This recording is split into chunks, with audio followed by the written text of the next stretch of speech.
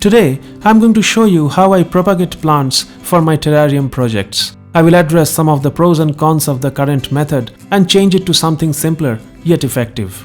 I use plastic boxes with lids for growing and propagating my terrarium plants.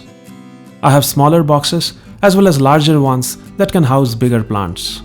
These are set up pretty much like a closed terrarium with a drainage layer followed by a window screen mesh, a charcoal filtration layer, and finally capped with my terrarium substrate on top of it. The substrate mix is composed of 2 parts of coco peat, 1 part of sand, 1 part of pine bark, 1 part of dry sphagnum moss, half a portion of activated carbon, and about half a portion of aqua soil, which is the main source of nutrients for the plants.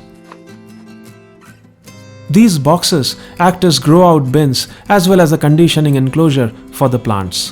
Whenever I buy a new plant, I take cuttings from it and plant them in the propagation box. The cuttings root into the soil within a short period of time, quickly adapts to the new environment and continues to grow. It works very well, as you can see here. In fact, this method is most suitable for growing tropical moisture-loving plants in regions where climatic conditions are not that favorable. You can use this method for growing and propagating plants even if you are not into building terrariums. For me, this method has been extremely useful. Terrarium building usually requires smaller plants and it is very difficult for me to find them in local nurseries or online. The propagation bins solves this problem. I can create multiple plants from one mother plant through cuttings. The duplicated plants also adapt to the enclosed space and start growing smaller shoots with small leaves, which can be clipped again for using in a terrarium. It is to be noted here that some species of plants would not grow from cuttings, for example ferns. For such plants, runners or rhizome segment cuttings can be used. Besides providing me with a steady supply of plants and cuttings, the propagation bins themselves look great, almost like an indoor jungle. I can spend hours just gazing at them. There are a few more advantages of these setups. Optimum usage of space is one, as many plants can be housed in the same box. It also becomes easy to pick and choose plants during a build. Cuttings from a pruning session can be planted back into these boxes to create more plants for future use. Overall, no complaints, unless you are someone like me who is constantly looking for options that are simple, involves ease of handling, and improves upon the workflow. And this is where I'm looking at some challenges which I will address and try to fix today. One of my main pain points with this setup is roots of plants getting entangled with each other. This makes things difficult if I want to remove only one plant. During the removal process, the soil layers get disturbed as well as the other plants. When dominant plants grow out a lot, it becomes difficult to find and take cuttings from the smaller ones as they are lost in a jungle of bigger and taller plants. Pest issues often go undetected as there is no way to remove and inspect individual plants. Cleaning and maintenance is a challenge as well, and very often algae will take over the lowest section of the enclosures. Over time, the boxes become a dumping ground for unused plant cuttings, which add to the clutter. Now all of these issues can be easily fixed with some discipline and timely maintenance. However, I am looking for solutions that are low on care but high in efficiency.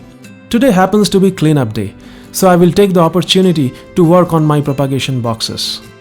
I plan to remove everything, clean up the box and transplant all of the propagated plants in individual pots using the same substrate. I have already tried this out with one of my smaller setups and it is working well. So let's get it done. I start by removing all the plants from the box and place them in poly bags. I keep the bags closed to trap in the moisture. The plants are adapted to a closed environment and I do not want to expose them to the dry air outside for a long time. The soil is scooped out with a trowel. I will be using it for potting the plants. The mesh barrier is also removed after scooping out the rest of the soil. I can cut it out and use it in my terrarium builds. I use my trowel to remove all of the gravel from the drainage layer. This will be washed and stored for reuse in future projects. Nothing really gets wasted. I clean up the box and give it a thorough water wash. It is now ready for the next step. I will use this plastic tray for the potting process to keep things clean. Lesser the mess, the better it is. I have these empty succulent pots from a collection I had many years ago. Finally, I'm getting to reuse them and they fit into my plan perfectly. I will drop in some leca balls in the pots. It will act as additional drainage and also prevent the soil from getting washed out of the drainage holes. I pour some soil on top of it and place a plant in the center of the pot. I add more soil around it and use a chopstick to remove any air gaps. One by one, I transplant all the plants in this way. It took me a while to complete the potting for all the plants. For the Selaginella plants, I am using these small white pots without any drainage holes. I will use only aqua soil as substrate and plant the cuttings in it. This method of propagation works best for these plants in my experience. In the final step, I place all the potted plants one by one in the boxes. I rearrange them as needed. The goal is to fit as many pots as possible in one box. Once the pots are in place, I give the plants a good misting and close the lid. I repeat this process with the other boxes and complete them all. It took me practically the whole day to get this done, but I think it is worth the effort. All the plants are now in separate pots, and this makes my life so much easier as I can remove individual plants, be it for taking a cutting or inspecting it.